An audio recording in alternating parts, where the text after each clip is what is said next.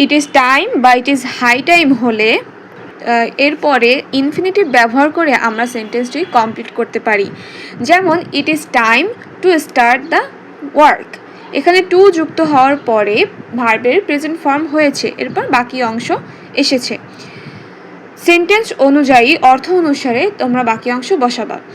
আবার দ্বিতীয় এক্সাম্পল যদি দেখি, it is high time to change our bad habits, এটাই উপযুক্ত সময় আমাদের খারাপ অভ্যাসগুলো পরিবর্তন করার। এই যে ইট ইজ হাই টাইম, এটার পরও টু প্লাস ভার্বের প্রেজেন্ট ফর্ম, এরপর বাকি অংশ। আবার ইট ইজ টাইম বা ইট ইজ হাই টাইমের পরে সাবজেক্ট থাকলে সেখানে ভার্বের পাস্ট ফর্ম দিয়ে বাকি অংশ লিখতে হবে।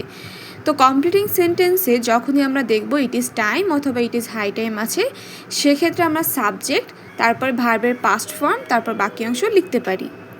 তাহলে উদাহরণ দেখি, it is time we left the place, it is টাইমের পরে সাবজেক্ট উই, তারপরে ভার্বের পাস্ট ফর্ম, এরপরে বাকি অংশ বসেছে, এটাই সময় আমাদের জায়গাটি ত্যাগ করার। আর দ্বিতীয় এক্সাম্পল যদি দেখি, it is high time you studied hard for the exam, এই ইউ হচ্ছে সাবজেক্ট, স্টাডিড হচ্ছে ভার্বের পাস্ট ফর্ম, এরপর বাকি অংশ বসেছে, এটাই উপযুক্ত সময় তোমার পরীক্ষার জন্য কঠোর পড়াশোনা শুরু করার।